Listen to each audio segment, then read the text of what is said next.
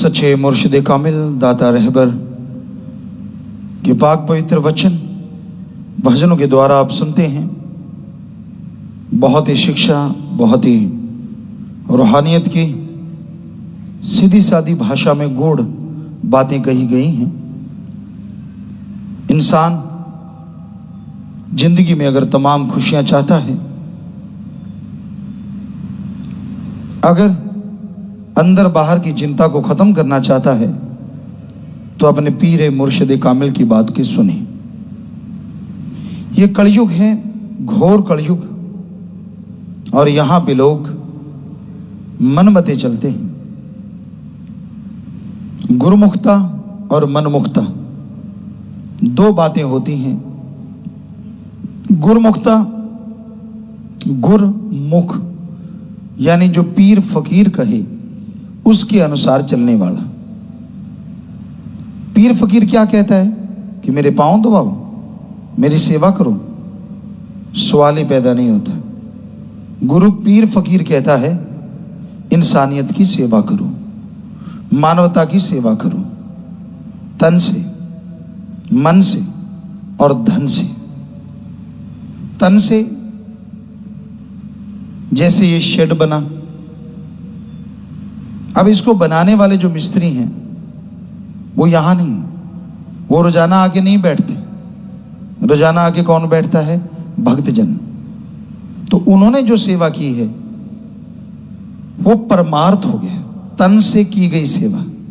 तन से सेवा की, मेहनत की, ये जितने भी फाइबर जो कुछ भी किया है, नीचे टाइलें, फर्श, जितने भी मिस्त्री ने जो भी सेवा की, तो ये कहलाती है तन की परमार्थी सेवा। धन, साथ संगत पैसा निकालती है, शादी की खुशी में, फलां खुशी में, उनसे ये सारी बिल्डिंग वगैरह बनी या जो बना वो हो गई धन की सेवा।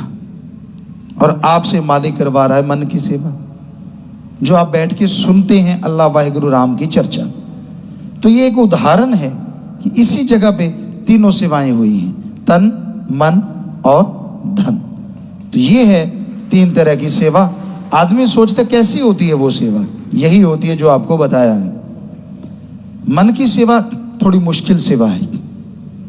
सत्संग सुनना, अभी भजन बाणी चल रही होगी, कई आपस में चुगलियां करना, दूसरी को ये वो है, ये ऐसा है, फलां वैसा है।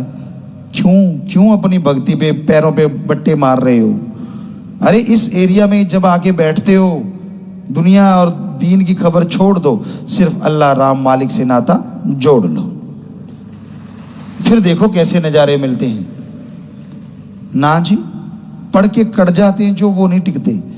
आम इंसान टिक जाता है, नया आता है यार, शब्द चल रहे हैं, तो वो परम पिताजी के शब्द वचन हैं, उस अल्लाह वाहिगुरु के वचन हैं।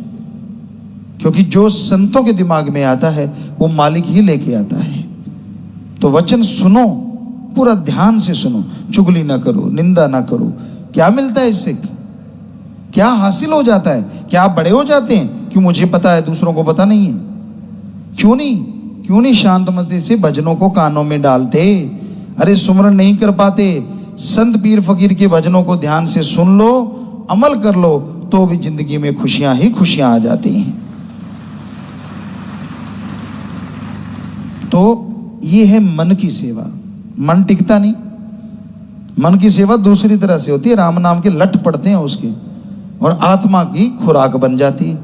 जब मनमते चलोगे, कई लोगों को हमने देखा तन मन धन से सेवा नहीं करेंगे, बीमार हो गए उस पे 10 लाख लगा देंगे, आगे बच्चे बीमार हो गए, वो दुखी हो गए, उन पे पैसा खर्च करते रहेंगे, परमार्थ नहीं करते।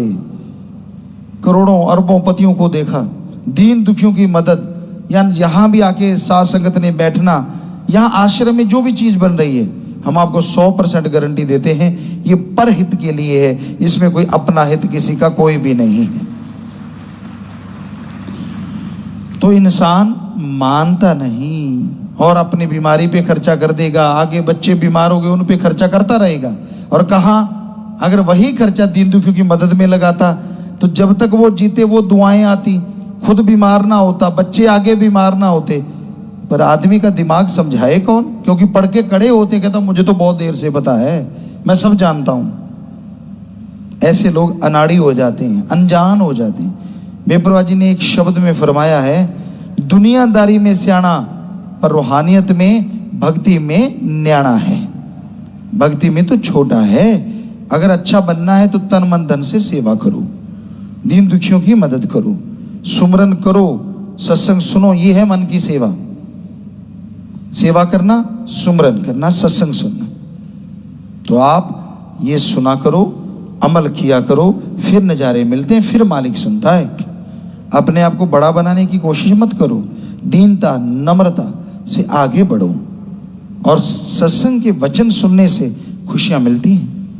आपके अंदर कमियां हैं, ऐसा तो हो नहीं सकता इंसान परफेक्ट हो जाए। वो तो वाहिगुरु अल्लाह राम सतगुरु मौला है। आदमी परफेक्ट नहीं होता। तो अपने अंदर जो कमियां हैं उनको दूर करते जाओ, धीरे धीरे निकालते जाओ, सुमरन के द्वारा, भक्ति के द्वारा, इबादत के द्वारा। जैसे जैसे वो कमियां दूर होती जाएंगी वैसे वैसे आप मालिक की दया में रहमत के काबिल बनेंगे और अंदर बाहर खुशियों से माला माल हो जाएंगे। अहंकार ना करो, अहंकार को मार पड़ती है। इस कलयुग में लोग क्या करते हैं? दूसरों की चुगली, दूसरों की निंदा करते भी हैं और सुनते भी हैं। इतना गट्स नहीं होता, इतनी हिम्मत नहीं होती कि वो उनको रोक दें। मान लीजिए आपका कोई दोस्त है, वो अपने माँ बाप की निंदा करता है। अगर आप सच्चे दोस्त हैं तो उसे रोक दो।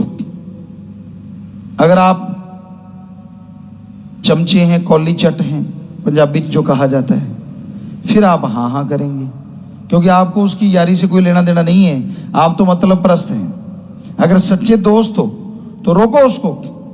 ए मूर्ख, तू माँ बाप की निंदा कर रहा है, तेरी रगों में भी उन्हीं का खून है। निंदा मत कर। अगर वो तुझे गलत काम करवाते हैं, तेरे सच्चे काम में साथ नहीं देते, तो चुप रह, राड़ से बाड़ अच्छी, अलग हो जा, अलग रह, लेकिन उनका निरादर मत कर। ये है सच्ची दोस्ती, अगर सिखा सको तो। पर रोकते नहीं। भाई भाई बैठ के निंदा करेंगे, चर्चा करेंगे। निंदक की बात अच्छी लगती है, सतगुरु पीर फकीर की बात भाती नहीं। कई लोग ऐसे हो जाते हैं। अरे पीर फकीर ने किसी से दाने नहीं लेने होते। उनका काम तो अल्लाह राम वाहिगुरु जाने, उसका काम जाने। वो तो सच्चाई, सच्ची बात कहते हैं। और सच्ची बात बिच्छू के डंक की तरह लगती है, कड़वी लगती है कि मुझे कहा, मैं तो सही, मैं तो बिल्कुल गलत नहीं। अगर गलत नहीं तो फिर तिल मिलाता क्यों है? अगर तेरे में कमी नहीं तो फिर उछलता क्यों है? शांत बैठा रहे। अगर कमी है तभी, क्योंकि स्पिरिट कभी बॉडी पे नहीं लगता। आप स्पिरिट ले लो, ऐसे ऐसे लगाते रहो, स्पिरिट का कोई पता नहीं चलेगा। लेकिन यहाँ जख्म है, वहाँ जलन होगी बहुत ज़्यादा, दर्द भी होता है कई बार, ज़्यादा ताज़ा जख्म हो तो। वैसे ही है भाई सतगुरु पीर फकीर के वचन।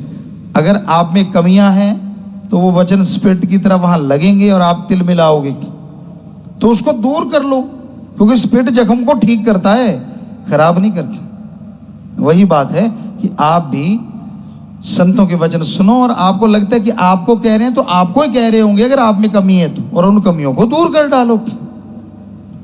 तो निंदा चुगली ना तो सुनो, चाहे वो आपका यार दोस्त, माँ बाप, बहन भाई, कोई भी हो। अगर वो करते चुप करवा दो, फिर हैं आप सच्चे भक्त। बातों की खाने वाले तो बहुत हैं दुनिया में। चुप करवा दो, चुप भाई।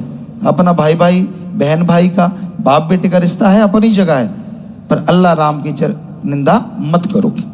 अगर ना हटे तो उठ के आ जाओ, साइड हो जाओ, फिर तो हैं आप भक्त। पर अगर आप चस्के ले लेके सुनते हो और अल्लाह राम से ज्यादा आपको अपने यार दोस्त मित्र भाई बहनों पे ज्यादा यकीन है, तो फिर समझो आपका रगड़ा आने वाला है। क्योंकि जो बुरा होता है, पता नहीं काल किस रूप में आ जाता है। वो आपकी बहन बन के, भाई बन के, पिता बन के, माँ बन के, बेटा बन के, बेटी बन के, किसी भी रूप में आपको गुमराह करने के लिए, आपको भगवान के रास्ते से हटाने के लिए कभी भी आ सकता है, किसी भी रूप में। तो ऐसे लोगों से सावधान रहो। पीर फकीर बुरा बोलना तो क्या, किसी का बुरा सोचते भी नहीं। और अगर किसी को गर्म में कुछ कह भी देते हैं तो कबीर जी के वचन है, संतों का क्रोध भी दाती, उसके साथ ऐसा होने वाला होता है जो वचनों से कट जाता है।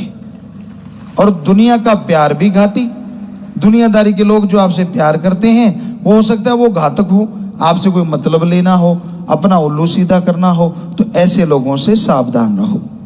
तो पीर फकीर कभी बुरा सोचते नहीं, करना तो दूर की बात है। इसलिए दृढ़ यकीन रखो, सेवा सिमरन दृढ़ता से करते जाओ, क्योंकि वो आपका है।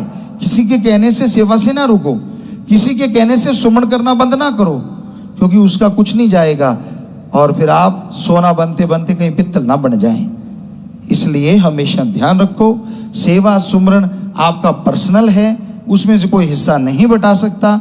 वो आपको ही मिलना है, आपकी औलाद को मिलना है, आपकी कुलों को मिलना है। इसलिए किसी की उंगली पे चढ़ के सेवा सुमरन कभी बंद ना करें, बल्कि और ज्यादा करो। जितना कोई आपको रोके ज्यादा करो, ताकि जो लिखा होता मजदे मच लेने दे। सो आप अपना सुमरन सेवा करते रहो, मालिक झोलियां भरते रहेंगे।